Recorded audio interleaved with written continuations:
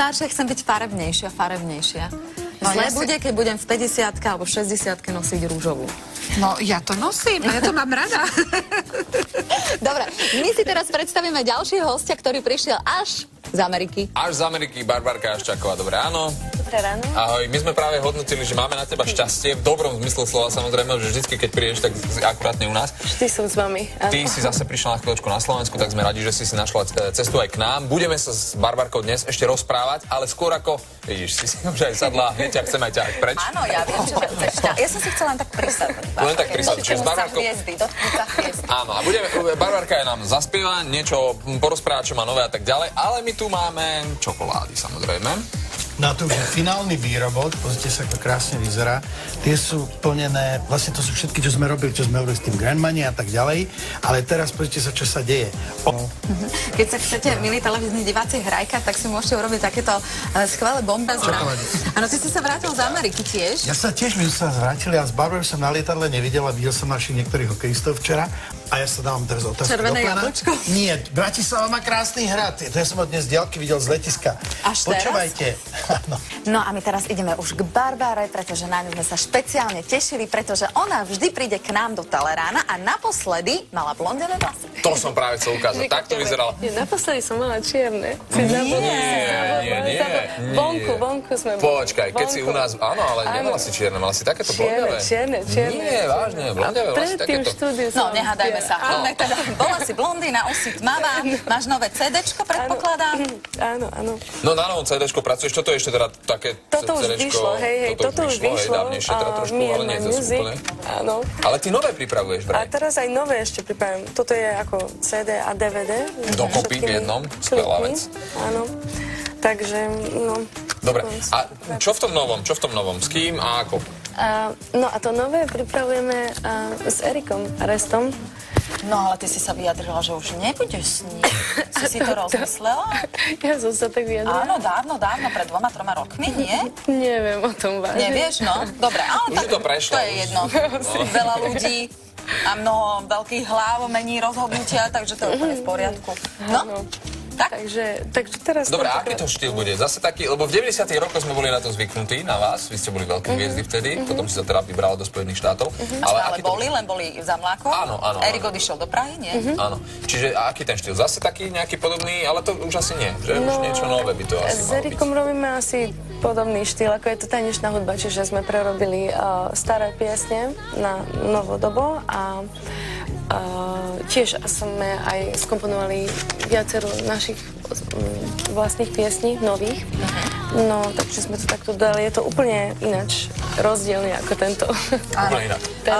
Hej, lebo toto je skôr pop do roku. A ty si úspešná v Amerike a ty si sa vrátila sem na Slovensko.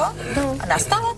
Nie. A tentokrát ma Erik pozval nahrať tento album, tak už sme ho nahrali a už mixovať treba a tak. A bude aj nejaký videoklip, na čo sa môžeme tešiť? Asi pravdepodobne áno.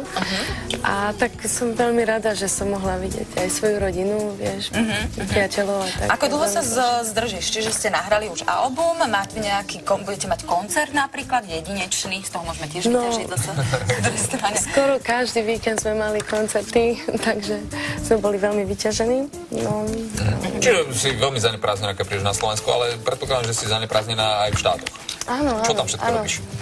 No tak muziku hlavne, hej, však vlastne tento album aj predošli Secrets of Happiness. Som niekde čítal, že s takým známym textárom aj spolupracuješ, alebo budeš spolupracovať. Áno, Gary Goffman, no, toho myslíš, áno. Presne, starého Garyho, no. Nahrala som pieseň, áno, I Wish the World Could Fall in Love. Je to pieseň, ktorú on zložil dávnejšie, je to taký štýl úplne jak Whitney Houston, alebo Michael to Kelly Clarkson, ak sa nemýlim, a Kelly Clarkson naspieval ako demáč, no. A prosím ťa, ja sa vrátim ešte teda k... Tu máš čaj. Ďakujem. Vidíš to? Dáme ti aj čokoládku. A vráťme sa ešte k Erikovi a k tebe teda. Vy ste teraz pracovali na tom albume. Mňa zaujíma, či to bude v slovenčine alebo v češtine. V angličtine. mala si pravdu. Skoro jedna bola v češtine. Skoro. Skoro jedna? Skoro, ale tak nie. Väčšinou bude v angličtine a trošku po slovensky. Vy ste sa vlastne preslávili dvoma anglickými pesničkami a jednou, teda ty konkrétne, dvoma anglickými, ešte keď si tu bola, a jednou slovenskou, čiže si sa rozhodla, že bude to v angličtine všetko, teda takmer všetko, nie? No, teraz myslíš s Erikom na album? Áno, teraz na Erikovom. Väčšinou, áno. No a ešte sa vráťme k Amerike. Ako aj môj, aj tvoj, aj Romanov, predpokladám, bol vzor Michael Jackson. No, samozrejme. A my sme počuli, že ty si bola na jeho pohrebe. Áno, áno, však vidíte tričko? Neviem, či si to viete približiť. Dobre. Neviem, či vidieť detail. Ale áno, vidíme. Áno. Áno, ty si bola na pohrebe, vraj si za ním dlho cestovala s priateľom. Áno, áno, veľmi dlho. A priateľ je Američan? Áno. Áno? Veľmi dlho, asi proste, 3 dní v kuse, aj s nocami, proste ani sme nespali, to bol zabijak, lebo chceli sme to proste stihnúť. A nakoniec to bol taký krásny výlet, proste stále si na to Čiže spomínam. smutný, ale zároveň krásny. No, smutný a krásny a vôbec som videla Colorado a krásnu prírodu a Grand Canyon a tak. Ale veľmi sa mi páčilo v Neverlande a Beverly Hills, kde Michael býval. No a vlastne hneď, jak sme vstúpili pred tú bránu Neverlandskú, hej, tak tam boli českí paparáci. A ťa odfotili. A ma okamžite začali fotiť a robiť. Ja som sa to dozvedela od nich. Si predstav. A ja som akože bola v Pomikove, že teraz čo, ja som tu súkromne, ale nechcete s nama mluviť? A ja, no tak dobre, no tak nebudem taká drzá. Tak som si porozprávala a potom oni to vlastne podali ďalej na Slovensko všade. Tak sme sa to dozvedeli aj. Áno, ale my tiež nechceme byť drzí, ale predsa len ťa poprosíme o niečo. Prosím ťa, skôr ako zaspievaš, vyžrebuj troch našich dnešných víťazov. Ten prvý získa balíček s kozmetikou Bioderma. Tieto produkty kozmetické série Sensibio určené na starostlivosť o citlivú pleť, teda venovala, ako som spomenul, francúzska firma Bioderma. A čo to Peter Áno, Peter Lacko zo Sene, blahoželáme. Ďalšieho, prosím ťa. A ja mu závidím. Barbarka, ešte dvoch, prosím ťa.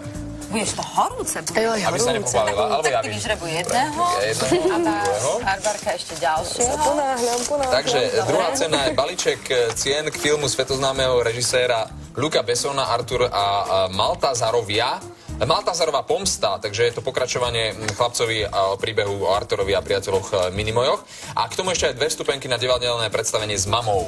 V rôznych divadlách. Ďalšia je Ružena Želonková. Blahoželáme. A ja mám tu jedného ešte víťaza. Peter Bičanek z Trenčína získava konkrétne 2 voľné vstupenky na marcové koncertné turné Horkyže Slíže.